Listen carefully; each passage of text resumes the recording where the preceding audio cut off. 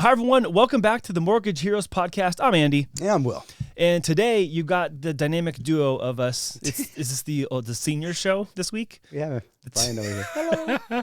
It's the old guy show, Yeah. but we're going to talk about new stuff. So, Memo, we have more stuff.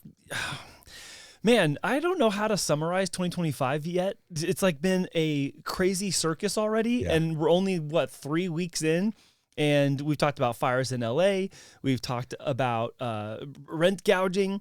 We have fires here in our own neighborhood now.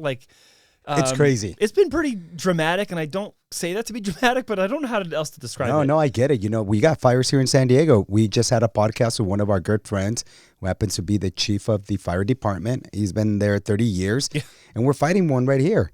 It's like, what's going on? Is this thing getting done purposely? It is just crazy, Andy. It's, I think last week you had said, the LA fires are kind of close to home, being born and raised there. Yeah. And now this one's literally in our backyard, from the office, looking at the smoke come over the hill and the fire and the flames last night. Anyhow, despite all that happening, we still have other stuff to talk about. I know. So I want to make sure that we really are able to kind of explore some of these things today, because some of it's new, but I think, we're getting glimpses of what housing is going to look like from a policy perspective. And it's kind of the first thing we're going to start with today is policy. So without further ado, can I go right to that? Yeah, no, I actually wanted to add here, it's literally right here. We going home and the fires are right in front of you. It's just crazy to see that. So you put yourself in, you think you put yourselves in the shoes of the people going through what they're going through in LA, but until you're actually seeing the fires in front of you, it's just becomes more realistic, And last night at 11:50 midnight, I drove by the fire just to make sure it's not coming, because it feels like when you see it, it feels like it's only a mile away. Yeah. When we spoke to our friend this morning, it was more like 12 miles, right? Yeah, and it's like the wind closes those distances very quickly with intensity of fire, but also wind speed. Fortunately, it was kind of died down a little bit last night, and I know we've been the beneficiary of some calm winds today, so that's been a little promising. We'll go into that, but I just wanted to add that extra flavor that personally we were going through that. It's a lot closer, and I'm telling you, it makes me feel like I gotta prepare myself. I had Tanya calling already the insurance company, make sure we're all good, and we're all good. Knock on wood. Yeah. Okay.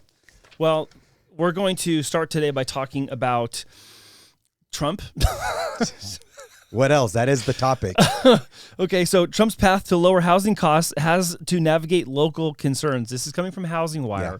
Now, at the very forefront here, I want to remind everyone, we talked about this last year. Yeah. We said the localization and the localization of municipal decisions regarding housing, whether it's the government land being opened up to be used for development, or it's loosening restrictions of bureaucratic steps to, or red tape or whatever it is, there's going to be some element of this where it's local, state, and federal. And already, week one of the brand new administration, you have this. Ordering the heads of all executive departments and agencies to deliver emergency relief consistent with applicable law to the American people due to high prices of homes. Yeah. One of the things that's commonly blamed here is regulatory requirements, which can account for the estimate is 25% of the cost of constructing a new home. Some of that stuff is okay, you need that. There are safety standards, and there are reasons you have permitting. It's hard to argue that we should go without that, right? Yeah. But I mean, it's really what it's implying is, how are we going to lower these costs so it doesn't cost the builders that much, or how do we incentivize them enough to want to go out there and be proactive and start building, right? Because we go back to the shortage of homes that we concluded that maybe about a month ago, we were 5 to 6 million homes in shortage. Yeah. And that's not to account for the dilapidated homes that we see out there. Mm-hmm. Grant Cardone, I'm not sure if many of you guys know that, but he said we have approximately 25 million dilapidated homes. I didn't see that. Yes. That's a so lot. that's a lot. So when you consider the 5 to 6 million, we're 30 to 31 million. We have, what did Trump say is our population? People say it's 350 million, but that's because a lot of people are probably unaccounted for. So put it closer to 330 million people. So what you're saying is that there's already a shortage of supply anyways, 4 to 5 million homes that we should have been able to have made and just weren't Correct. weren't built. Okay. Then on top of that, you're saying maybe it's 20 million to 25 million. The Grant Cardone's saying is like what we call deferred maintenance, which is really dilapidated homes. They really just need to be like brought up to code. Well, not only brought up to code, it's people that just neglected the home and just, hey, I couldn't pay. And we're not just talking about here in San Diego. Trying to be decent. Yeah, I know, but let's go. I mean, we used to see those. You know what's funny, Andy? Prior to many years back, I used to see them quite a bit. They were just, you would drive by and you would see all these windows boarded up, people not living in there. And so one of the things was give them a call. But at that time, fix and flip wasn't as popular as it is now. Now those homes are actually here, depending on your area, they're selling. I'm not sure if you heard one of our friends say this. Miguel Contreras says, if you drive by a house and the weeds are taller than me, you're standing in the middle of a referral for me. That person needs to sell that Please house. call me. Get a bird dog out there. He's like, if you can see the windows and they're boarded up, so your boarded up window comment made me think of that. So shout out to Miguel real quick. If the weeds in the yard are taller than him, you are standing in the middle of a referral for him. So I know regulatory issues are part of the problem. Of course. And we're not even talking about insurance here. This is just straight building code, local code, municipality codes and all that. But we talked about this last year. There's going to be some sort of there has to be some symbiotic relationship between what the federal government's saying, we want you to do this. But then it comes down to the local level. And every city or county has their own kind of ways of doing things. And a lot of this type of conversation is going to be coming up because of what happened in L.A. Of course. And all the various agencies you have to get approvals for to rebuild something that's on the coastline. I'm not going to go down that rabbit hole, but I mean, if you don't know about that, anybody, there are new, I want to say up to 18 different agencies you have to get clearances for to build along the coastline of California. And Palisades includes part of that. Yeah. I'm not going to go there, but it's an example of even, here in Chula Vista, National City, Santee, wherever, there's going to be building codes that the city is going to put upon you that they expect you to handle. Exactly. And you're talking about it. Every state has its own, local authorities that, permitting, they have to go through a certain process of permitting and et cetera. And now with these fires, at least here in our local area, I'm sure they're going to consider all that and try to get, materials that are almost fire resistant. But at the same time, that's why we go here and it says some of these initiatives include a program that pays municipalities $10,000 per unit to quickly issue permits for multifamily projects. I mean, that's a start, right? That's a great start. It doesn't seem like a lot, but when you're talking about several properties, several units, it adds up to being a lot. It can be, and it also depends on where you're at. Yeah. Now, building a 4-unit complex in San Diego is different than building a 4-unit complex somewhere in Nebraska, for example. Now, 10,000 per unit in Nebraska will be different than it is here. Absolutely. Now, I know material costs are somewhat similar because the cost of lumber is mostly fixed. Yeah. The cost of nails is going to be mostly fixed. The cost of labor is going to vary depending on what state you're in and what county and all that kind of stuff. And I'll say experience level and licensing level. But at least it's something. I'm not going to say that it's the end all be all, but at least it's something. Back to your incentive point. There has to be some incentives, and this might be a good one. Well, it goes back to, it continues on saying there is also a demolition program which helps community and developers pay the cost of renovation or tear down dilapidated structures. There we go, dilapidated, more than just neglect, right? Yeah. And replace them with housing. Yeah. So that's just to tell you, we're trying to go in there. We really want to fix the communities. We really want to bring homes up and be able to provide more housing. Therefore, we have more stability with housing as we construct more. Similar and maybe potentially a little bit unrelated but related is recently in my networking group, we just inducted a junk haul remover. In our chapter, the first week he had 5 referrals. Of course, for people who are like, I have your junk. I need your help, or I have someone in my family that needs, or one of my neighbors needs junk hauling. And he was like, "Oh my gosh, this is crazy!" We're like, no, you have no idea. And then another friend of ours who left California and moved to Tennessee started a junk hauling, and he has 40 roll-off dumpsters now. And I know who you're talking about. Yeah, he was in the credit repair, and now yes. So, okay, the other thing is, and then they mentioned something else, which was the state's Housing Opportunity Program encourages communities to proactively review their zoning ordinances and public service offerings before development questions are even on the table. Yeah. I think some combination of all these things is what's going to end up happening. Of course. The effectiveness, of course, is going to be at the local, the state, and the federal level. There's only so many things you can enact at the federal level that are going to have... what am I trying to say? Like a proportionate value's worth of weight at the local level. By the time it gets all the way down to the local level, it can be great on the surface and it might look like a good idea and it may have minimal impact or it may have great impact. A lot of it has to do with where you're at. Yeah, of course, And so I'm just glad that it goes on to also even talking to the FHA, right? To HUD mortgage insurance. Yes. Lower those things costs, like just allow the new home buyers to come in there, provide some type of incentive. And here's I think something that and it didn't really describe it this way in the article, but I think the essence of this is, hey, listen, all you departments, come up with an idea for me to put my teeth in, sink my teeth into, and let's deploy some of these things and see if they work. Because housing just isn't concrete and wood and nails and roof and all that. Yeah. It's a lot of other things. It does have a loan side to it. It does have an insurance side to it. It does have a realtor side to it. And so you have like National Association of Realtors,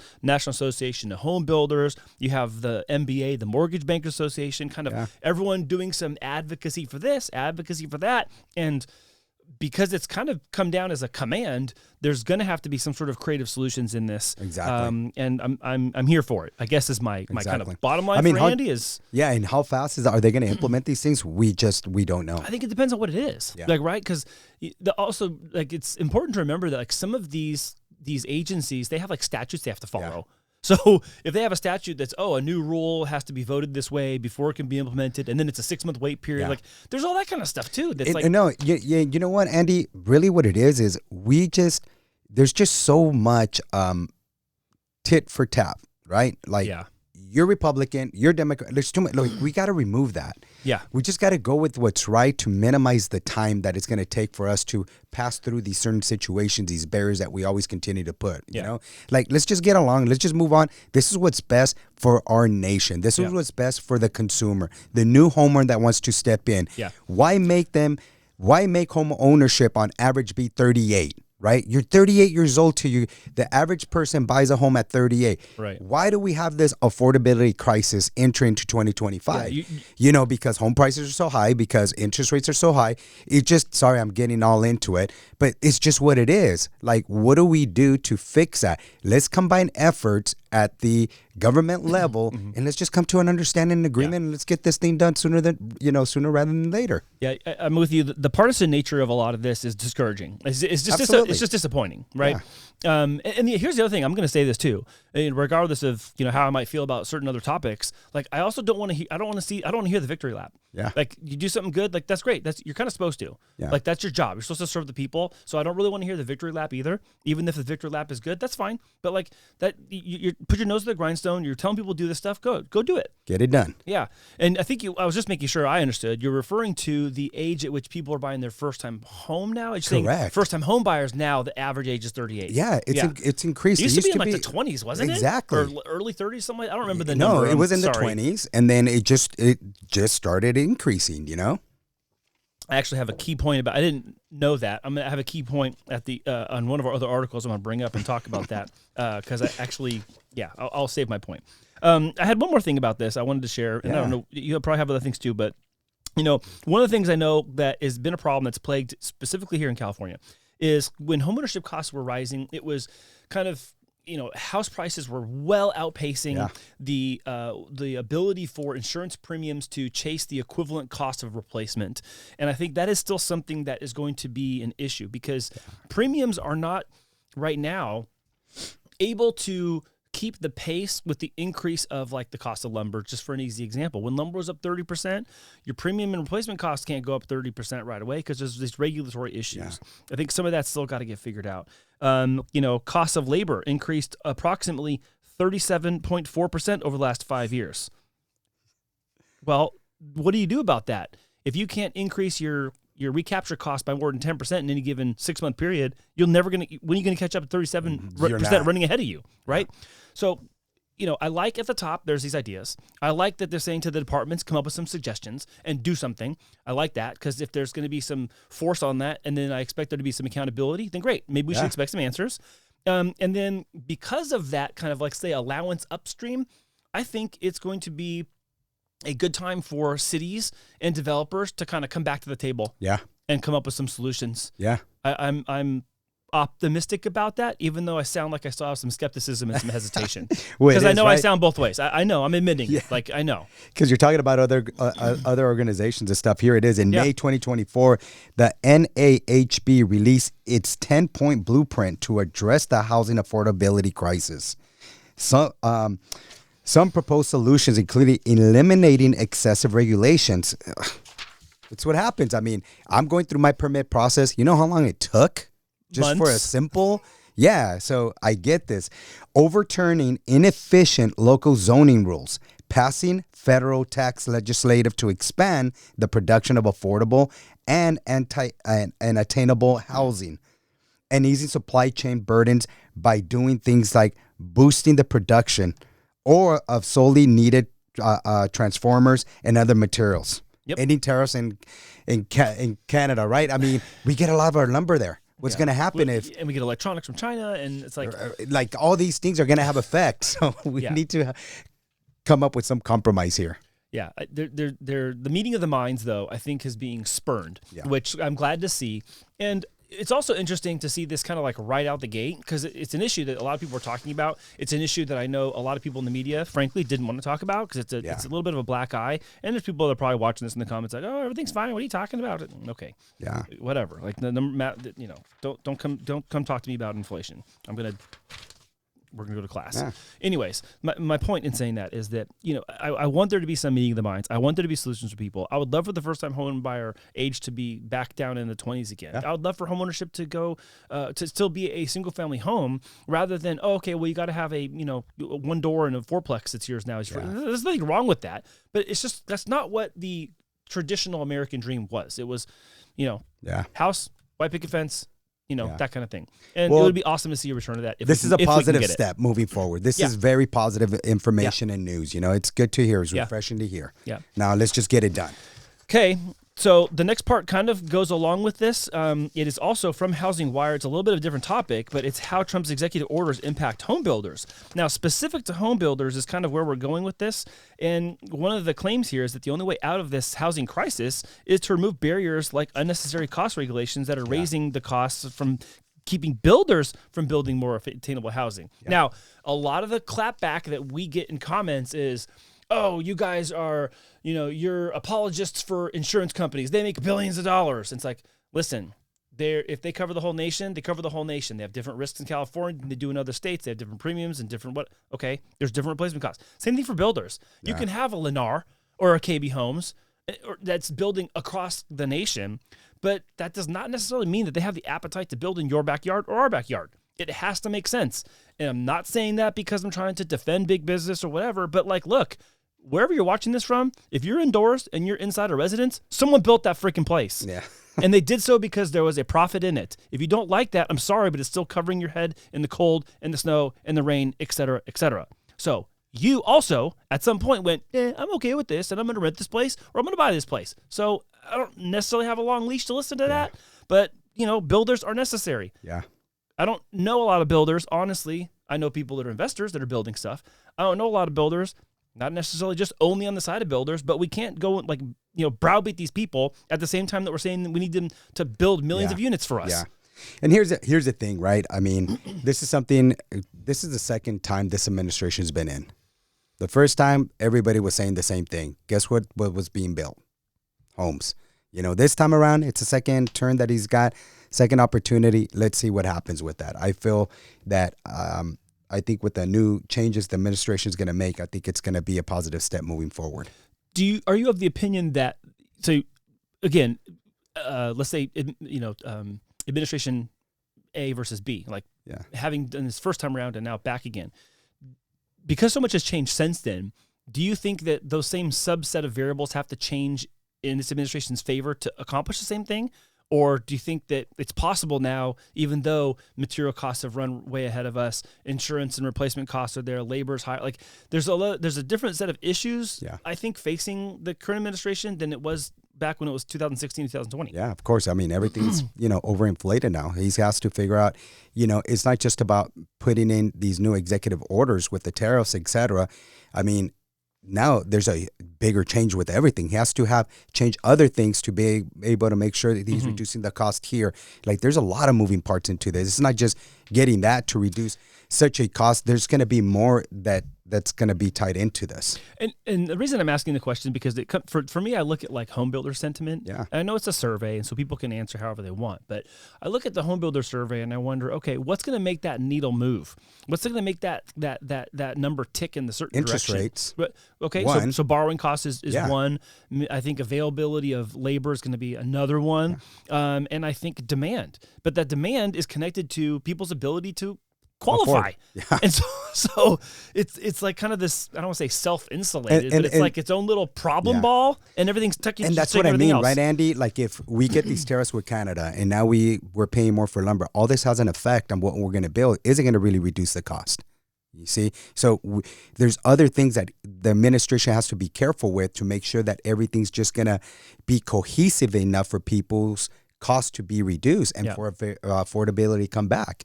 So there's a lot of moving parts, and it's just very difficult. And I just question to see how they're going to get it done. Yeah. So I think, do you think that things like subsidies would help? Like if a developer, because you talked about incentivization a little earlier, and I'm not just saying subsidies is a blanket single solution and it's the only solution, but do you think that would be enough of an enticement for them to go, all right, maybe I could afford to do some more units?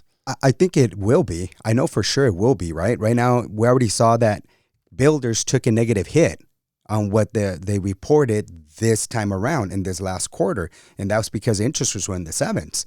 So we already know they're affected by interest rates no matter what. Yeah. And so even with that said, with the sevens, with the incentives they provide, a lot of times they provide these credits where they're going to reduce your credit because they're going to do a buy down.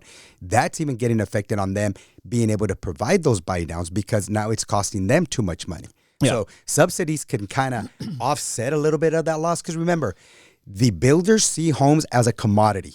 Mm-hmm. They have a budget to meet. They got to sell X amount of homes because they're already looking at the next project. Yeah. They already got 5-10 projects lined up. Whereas a normal homeowner is not looking at it as such. You know, they just want the top dollar and that's it. Who cares if we get incentives or not? That's a different story.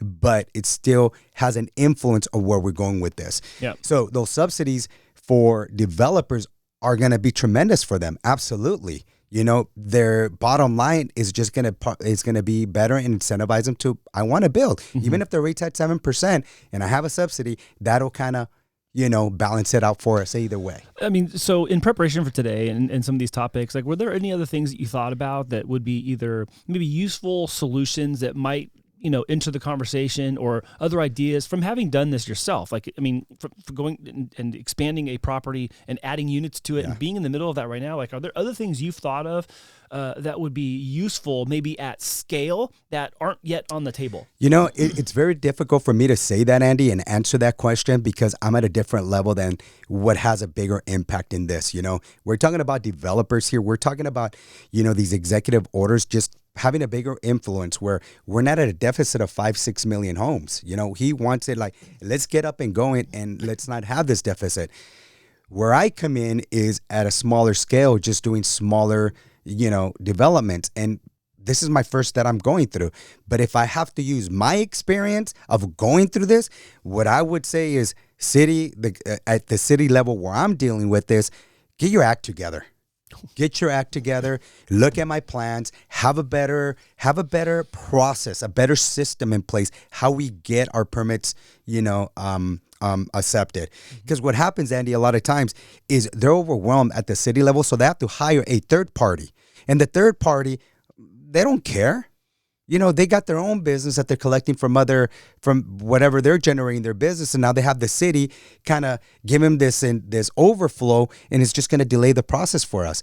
And here's the thing with people they don't understand is when we're obtaining loans and we have a timeline, we have carrying costs. And those carrying costs could be anywhere from $5,000 to $40,000 a month in payments. So that's what developers are facing, you know, and they just depend on your loan size. I'll just use mine for example. My loan was for $410,000 and my payment is $5,100. You know, so if my contractor doesn't finish in time, or if the city's not going and inspecting the property in time, all that stuff is going to be a burden to one. Yeah. Yeah. You know, Wow. and so then you have to start realizing, like, overall, what will be my profit if this thing delays? That's why timelines are so important. And I think we've also seen firsthand some things that do work, such as having like plans attached with permits that are already approved at the city level, so you can kind of expedite some of those things. And I know that there's going to be some, trick one-off stuff people want to do. Yeah, well, then you might have to wait for that a little longer. I think also the government land part, where there's land that is not, let's say, threatening preservation, that might be a good way to release some open space that could entice developers, because again, like, they're going to make a business choice, like you're saying, and that business choice is going to have to do with margin and profit and all that. And if they are a publicly traded company, then they're beholden to their investors. They're going to have to do something in order to continue validating their position in the market. And I think that what we could see, it's uncertain, but I think what we could see is land that had been maybe withheld from development might start becoming available for development. Well, let's see. That was something we heard last year. So let's see when they start. I mean, I think it's a good idea, and it's a good segue in a positive direction. And it's one of those things where they each kind of camp was trying to figure out, well, what kind of housing thing should we tuck into our campaign? All right, well, campaign's over. Now it's time to go. Start dusting off some of those plans that are kind of new. Dust some of those off and let's go. All right. Anything else on that one? No, just, no, we're good. Well, one final thought from me then is, there's layers to this, is what I wanted to kind of say. Is there's layers to this on the size and scale, to your point. Like, there's some people that are going to just do stuff locally in their own backyard, where they can go drive by the project every day and check it out themselves, or do it on their own property. And there's some people that are going to do maybe a smaller build. They're going to do, like, let's say 10 to 40 units. And then you got people that are going to do the 1,000 units plus over hundreds of acres, and they're a publicly traded company. And so there's layers to all of that, and just keep that in mind when you are out there looking and you're arguing with people in social media and comments. There's layers to all of this. Next layer for us memo is this. This is from Redfin. High housing payments are slowing home sales, but buyers could get relief soon. Are you buying that at the time? We didn't even go to the article yet. Are you buying the headline? How? Just how? How? So the answer is no. Not buying the headline. Okay. Well, okay. So I have some data to support this. High housing costs and elevated mortgage rates are totally killing us when it comes to affordability. The relief they're talking about, I don't think the word soon is correct. I think it's still going to be months away, because there's still a lot of dust settling with the new administration coming in, with the 2024, all the economic data being kind of like sealed up now in January, and in February, we're going to get all those look back kind of reports of how did really things fare in 2024. And that's going to set some pacing for, well, what does the Fed do? And will the bond market follow the Fed? And will the mortgage-backed securities follow the bond market? Let me just tell you. So we're going, high housing payments are slowing home sales, right? It's true. We enter 2025 with an average rate of 7.7 1/8. That's crazy. Like, this is the least affordable time that we're having. And we see this. Buyers, first-time home buyer loan applications have been, like, drastically been reduced. So it is just, like, I don't buy this. It's not going to happen. We're still facing a shortage of homes, so therefore this correlates with everything else that we're doing. And there's a reason why there's an executive order, to make homes affordable. And there's executive orders stating that, hey, this is the things that we're going to try to do to facilitate, builders to want to go out there and build. But how long does it take to build? Right? Like, I'm in my project. I'm like almost months, 2 years. 24 months, you see 36 that? months. So this is not months. You're like, this is going to be a long journey. It's a years-long problem that we're maybe at the epicenter of. And I mean, you see here, the median U.S. monthly housing payment is $26.86. I'll take that. The highest level in nearly 7 months, as of the 4 weeks ending in January 19th. Right? Housing. It's expensive for people that it was $1,800 a year ago or 2 years ago. That's pretty steep. In our area, dude, I'll take $2,800 right now. Of course, I'll take 2 of them. How many do you want? You want 2? Exactly. No, luckily I don't need it. Right? Like, But if it can be that. Yes, I take 20. You're right. I take like 20 of them. Yeah, I know they're citing other factors like cold weather in this place and the fires in that place, and that's part of this. That's a little going to be like a little asterisk disclaimer when you look back at the graphs and charts that kind of show all of this. Yeah. That stuff's going to be there, but really the information is pretty dour when you look at the top. We're going to come to this in just a minute. I don't want to get ourselves too far ahead here, but you're going to see like in the top 50 metros that they use to collect this data for this article, man, some of the numbers are pretty stark. Yeah. And well, let me just share with you here. In 2024, I got this in the article. In 2024, first-time home buyers accounted for 24% of all home purchases, making the lowest share since the National Association of Realtors began tracking this data in 1981. Yeah, I saw that. That's pretty bad. That's crazy. That's really bad. That's just to tell you where we are. 1981, like we're going way back then. Like, are you like, yo, sorry. That's a long time ago. That is a long time ago. That's almost how old I am. Right? But one of the things, I should say one of the things I think that there's for reference is typically first-time home buyers is like 30 to 35% of purchasing. And this is, obviously the outcome and the impact of higher mortgage rates, cost of money. You have the job situation with people and their earnings and wages. And again, pundits and politicians are going to yell from the top of the mountains when they think it's going to help them about how good things are and this and that. But then you get hard data like this and you're like, okay, well, wait a minute, hold on. This is the lowest we've seen in 44 years. Yeah. What, we're going to just breeze by that and not go, hold on a second. Hold on a second. What's that about?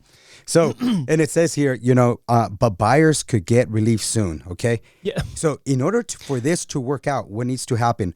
Rising home prices have to calm down. They have to start, just being elevated, chill out, right? Higher mortgage rates. They have to start just ease up, right? Then limited inventory. Well, that means we need more inventory.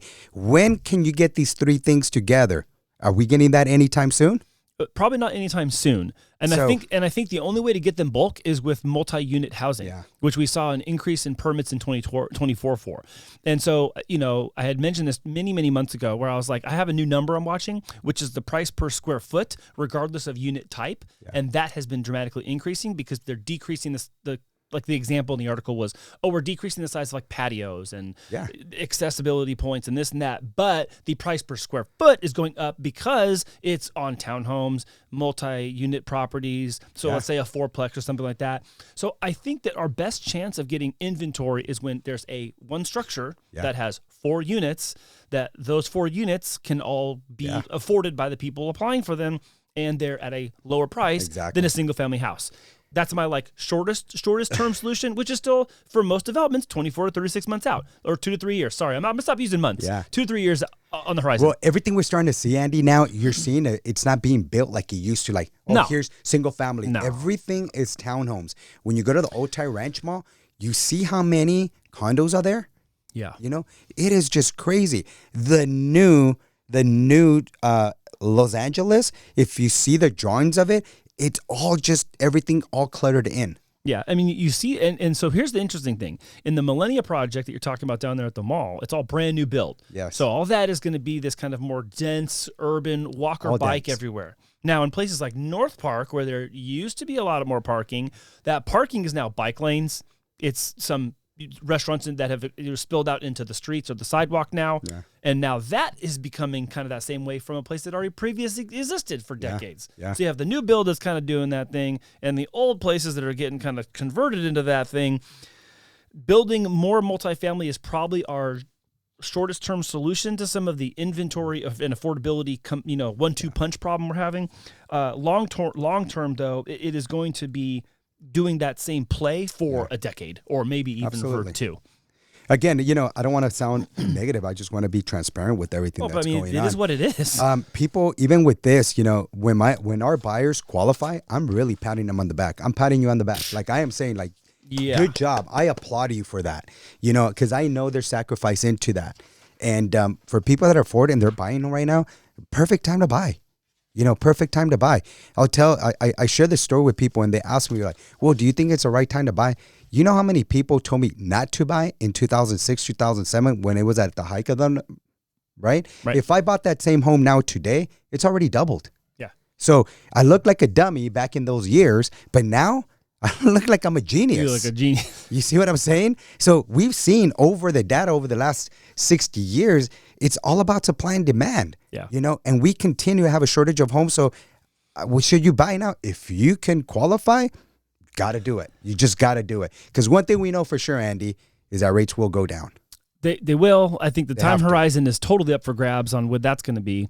And also, and back to your property value point, like on a long enough time frame, it's just going to be worth more later. That's it. The later could be in 2 years, it could be in 10 years, it could be in 20. Like back in 2020 when the initial shutdown happened, did you think that property values were going to go up 40% in the next 18 months? I didn't either. And would I do it again? But it did. Yeah. And so now we're here at our new normal where property values have skyrocketed and they've stayed. Yeah. And can I pivot into some nerd stuff? Is that okay? Yeah, please. Okay. So here's the pivot point. They've stayed because people are like, well, shoot, if I got to get the markets, what I got to pay, that's what I'm going to do. Yeah. So then they do that. Now, what the things I'm going to put some of these on the screen. Not all these will be on the screen, but one of these I wanted to show is the average sale to list price is 98.1%, which means that whatever the price is that's listed, they're fetching 98.1%. That's not a 10% price decline. That's not a 20% price decline. Yeah. That's not the investors shouting from the hilltops. Places are worth 25 or 30% less than listed. Yeah. Well, look at this. The market is saying it's worth 98.1% on average, and that's over all sales, which is kind of crazy. Now, another thing really quick. I want to talk about pending sales. Year-over-year change, down 10.1%, the biggest decline since October of 2023. And what do we signify October 2023 with? Oh, my God, higher rates. Highest mortgage rates. Yeah. Yep. Active listings, smallest increase in nearly a year. Month supply, 4 to 5 is considered balanced, and we're currently at 5. Now, I want to quickly point everyone's attention really quick to median sale price. Now, on the data here is from the 50 most populous U.S. metropolitan cities. Metros with the biggest year-over-year increase, Milwaukee came in at 16.9% on the high side. San Francisco, 5.9% negative. Wow. Negative 5.9%. People are leaving. So you have effectively a 23% difference between the highest increase place and the lowest decrease place. Now, not that it gets worse, but it gets weirder. In pending sales, only one metro of the 50 increased, which was Portland, Oregon. That's 1 out of 50. And in new listings, 18 out of 50 increased. And San Diego is not on the list. Do we want it to be on the list? Well, for new listings, yeah, we want more development. Yeah, but I think that speaks to that whole permitting issue and localized costs of living. So I know I'm getting deep in the weeds here on the data. I'm going to flash our attention to this one. The 5-month supply of available homes on the market looks like it could be pretty steady for us coming into the summer and even the fall, where interestingly enough, the last couple of years we've had an uptick of supply in the fall for the last 3 years since 2022. I want to quickly talk about... Oh, go ahead. And I'm sorry. The reason why we're seeing the uptick is because we're starting to see interest rates increase, right? If the rates were low, I'm telling you, you have a lot more people that could afford. Affordability is better, and therefore there's competition. Yep. One of the charts I want to show today is the homes sold in a median of 52 days, but it's not the 52 days part I want to focus on, Memo. What I did here on my chart is I kind of showed between May and August that days on market dramatically decreases. So those of you who are in the market right now saying, I'm trying to get qualified because I want to buy a house in the summer, also expect that days in the market could be shorter, which means you're not going to have 52 days and like kind of be a looky-loo this week, look at the same place next week, and then the third week in a row. No, not going to happen. So prepare yourself for shorter days on market as we get closer to the summer months. And again, this is going to all depend in your area. Yes. Yes. Where there's more supply, you're going to see the tendency of home sitting on the market a little longer than, the average ones. Yeah. So. And then last thing for me really quick here was the average home sold for 98.1%, which we already talked about. But on the graph, you'll see 2022 was this massive outlier with this huge price spike. This is back here locally. We saw people offering 30, 50, 80, 100,000 over list price in order to get their offer accepted. Sometimes 20 offers on the table, 30, 40 offers on the table. And a lot of those people, they were outsiders. They were like San Francisco. You'd see them, Sacramento. They were coming over here, San Jose. They're like saying like, well, wait a minute. My house is way smaller. I can buy that over there, which is almost double. They do that. Similar like the people that are leaving California and they go to Florida and Texas and all that stuff. It's like, yeah, they're buying something that's going to be more square footage. And it's like, yeah, I'm willing to pay a little extra. That's where I'm going to stay. A lot more bang for your buck. Yeah. So, yeah, I think what happened here since 2022, though, is you see that in 23, 24, and expected in 25, it's kind of, I'm saying, finally normal again, where maybe we'll stay kind of in this range where we have 2 years of data. You got the 2022 line, the 2023 and the 2024 line. Both are kind of in lockstep with each other, which to me gives me a little bit of a comfortable look back in the rearview mirror. Go, okay, then we could probably expect that prices are going to hold. So that's all I got on that. Oh yeah, prices are definitely going to hold. Thanks for giving me. We're not going to be seeing foreclosures like we did in 2008, 9. It's just not going to happen. It's not happening right now. Not going to happen. Something else in the economy will be breaking for that to then be the trickle-down effect and the outcome effect of that. Exactly. So we're going to go here to the last one so we can wrap up today's show. 7 steps homeowners and renters should take after a wildfire. We don't need to go into too much detail about this, but I wanted to make sure we talk about it. I mean, look, I wasn't expecting that we'd be recording this week's show, and there's a fire on that side of our wall. Unreal. I wasn't expecting that. It's just where we find ourselves. So let's quickly talk about the recommendation here. What do you want to start with? Well, no, obviously as today, I just would like to read here on the article starts with the fires in greater Los Angeles area have burned through 40,000 acres, destroying more than 12,300 structures. According to the NBC News, about 88,000 LA residents are under evacuation orders, and another 89,000 are in evacuation warning zones, meaning they may need to leave, in a moment right away. Thereafter, that's pretty crazy. Yeah. Like, we've been in this fire, it feels like already, I want to say almost 2 weeks. Well, yeah, it's 2.5 weeks now 2.5 weeks? at the date of this recording. And, this came close to home, right? I mean, from where we're sitting right now, we are one zone northwest of the road closures of the fire on our side of town. Yeah. So, fortunately the winds have worked in our favor today, and there's a ton of crew out there working their butts off to keep that fire in place. But I'm also grateful for the lake. I'm going to tell you right now. Having Otay Lake right there is super helping. No, it is. It's really helping us. Hopefully that's not the fish we're trying to, save. So yeah. You can't pull the water out of that lake because there's fish in. Oh, okay. Well, I'm very glad that we do have, that is our reservoir, right? Yeah. We get that. Let's go out there and turn this thing off. And in a good note, our friend said that thing was it was controlled right now. Yeah. They got it under control. Yeah. I think all things considered, the conditions that our local firemen are facing are favorable rather than less favorable. So. Yeah.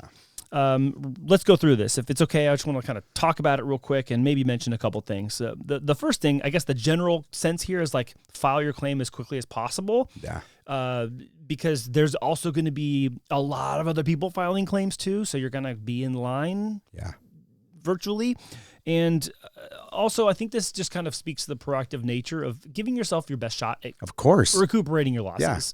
Any way you can. Yeah. So anyhow, if you've lost your home during the fire, go out there and make your claim. Be the first in line. And the cool thing about this, in this article, I didn't know this, and I'm sure a lot of people don't know. Even if you don't know for sure if your home is burned, you make that call already. Be prepared. Yeah. Right? And that's what it says right here. It says, if you already evacuated and are unaware of the status of your home, you can still begin to claim the process. Yeah. Mm-hmm. The claim process. Yep. So, number one, file that claim first and then assess damage later. Yeah. Goes without speaking. I'm going to quickly go to number 2. Yeah. Ask about loss of use. I'm sorry. I got to interrupt you because it also goes to renters. Not only this applies to landlords, but it also applies to renters. We want to make sure that, again, we become that resource and that we allow people to know. And renters, if you're in that same situation and you have a renter's policy, make your claim. Yeah, thank you. I was going to blast right to the next thing, but good pit stop. Homeowners and renters, that applies to you. That's right.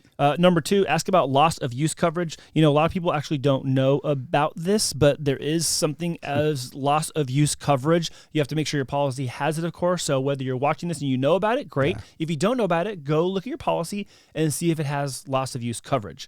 Number 3, keep your receipts and document everything. So the better you document what you have as you're kind of going through everything, the better the chances you'll be able to like kind of demonstrate the loss and kind of show, oh yeah, this is the thing, that's the thing. Yeah. I'm going to use a personal example real quick here. Even in the studio, when I was getting my business coverage for inland marine coverage, I detailed every single item in the studio. And it's product number and its replacement cost. And I put it all on a worksheet. And anytime I buy something new for our studio, it goes on our worksheet. Gotcha. And I send it to my insurance guy. I go, hey, here's the updated. He's like, you bought another light? Great. But for me, I have it documented, got the part number and all that. So anyways, there's that. You know, what some of these things include, like your receipts for food, your lodging, your clothing, everything in there. So they're what they're saying here is prepare yourself enough and make sure that you're not taking this just like just for granted, register these things. So that way you get that reimbursement, you get what you deserve. And it's not just costing you out of pocket, because if you're already displaced, the least thing you want to do is have to pay for additional things that you already covered. So it's always good to know what you're covered in your policy. Yeah. If you're having actual material loss, you're going to replace that. Your insurance is going to replace it, or you're going to out of pocket replace it. There you go. So next thing, turn off your utilities. I was actually just talking about this with my daughter the other day. I said, if we ever had to leave our house, got to turn off the gas, turn off our breaker, and turn off our water potentially as well, to make sure that when those things all come back on board, so if there's an issue, it doesn't cause a bigger issue, or if there's like a fire in the place, we don't cause an issue. But also, if there's no fire and we get to return, then when those things all come back on board, surges and that kind of thing. I don't know all the technical terms, but we're actually just talking about that the other day. Next thing in here is contact your auto insurer. Now, most people may not be aware, but your auto insurance covers your auto loss, not your home insurance. Yeah. And again, unless you have some sort of special rider in your policy that in the event of a home loss, your home will cover the car, it's your car insurance that actually covers that as well. So just double check if you haven't already. Then they also have the, don't forget property tax. This one was pretty cool to know. Like, I didn't know that. So, it states here, applicants, it says that pretty much if your house burns down, you can go to the local tax assessors and reduce your property taxes, and your property, sometimes you won't even have to pay property tax until your home is actually built out. Yeah. Which is pretty cool. I never knew that. Yeah, this is definitely going to be like municipality by municipality, but either, again, I think part of it is going to be with either the total destruction or the rebuilding nature of your property. Well, just imagine, those homes in Palisades that were on average, they were saying like 2.3 million. Look at the property tax. The property tax in California is generally about 1.25% multiplied by whatever your last purchase price was. Yeah. I mean, that could be thousands and thousands of dollars, especially the ones that are like 30, 40 million. Mm-hmm. Oh my goodness. Stop your property tax. Yes. I'm sure they already know, I think, but you never know. Final one here is number 7, tap local aid opportunities. And this is just keeping an eye out for things like, there are some people, unfortunately, that don't have any insurance in these cases. And there will be, you're going to see government agencies or non-government NGOs that are going to be like the Red Cross and things like that, that'll be there. And also just, local churches and schools and your school districts and that kind of thing where, there will be businesses that are offering aid and help. Just keep your eyes open for those kinds of things where, if you really have nothing and you need clothes and food and water, there should be some local resources there as well for you. Yeah. I like how they put it over there. For people that have zero insurance, they will probably be a type of assistance that will be available. Yeah. Probably. I don't know that I like that word. It's just doesn't sound so reassuring. I think that's one of those words that like the legal department's like, you should probably put the word probably there instead of there will be. but here's the stark point. Like also you have your own stuff prepared. Like have your own place ready, have your go bag, your go kit or whatever, like have the stuff that's most important for you to have. And I saw a recommendation, like take 3 days worth of the things you need on a daily basis. Yeah. Well, using that the fires were here, obviously my father-in-law, our families are very close by. First thing he did, he sent a text thread to all of us in one group text that if anything happens, our meeting point is our house. Well, my father-in-law, if you know him, he already has everything prepared. He has, non-expired canned food, which I just realized I had a ton of that in my cabinets. But he's very well prepared. Solar lights, not candles, right? We don't want to add more fumes or add to it, so we more get flames. Flames, So like, just have a plan. Yeah. And it's pretty cool that I know that I have a family member that is always thinking ahead. And if this happens, then come to this, you know? Yeah. So that was pretty cool. Well, it's kind of odd. Like our tone and our pace of today's show has been a little bit different. You know, we've kind of in the middle. We're doing this, but like right now, I'm also thinking like what's going on the other side of this wall on that hill over there. I appreciate, of course, always the time to sit and talk about these things and share this with our past clients and the people that follow us online. But it's also, we're on the front lines of it right now, at least as it were. So yeah, we went through this in 2005, where we were very close to getting evacuated at that time. And I remember it was the Olympic Training Center there in the back of us. And I mean, those fires were always already close to the edge to the lake. So we have this huge lake that's right there. Then you have homes, and then to the left you have somewhat of a lake. You know what I mean? Yeah. So, but it's just, it's crazy to go through that and see it again. But now you see it differently.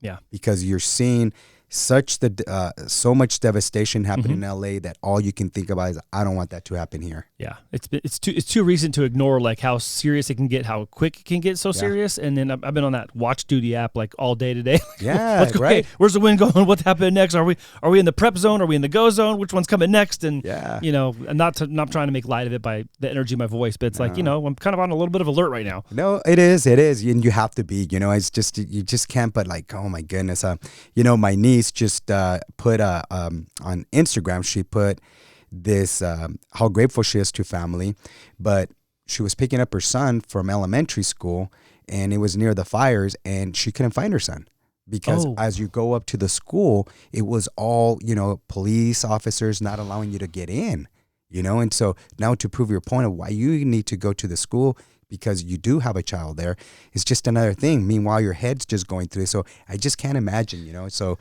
I try to put myself in these situations. It's just, I'm telling you, this is nothing fun. This is almost out of a movie.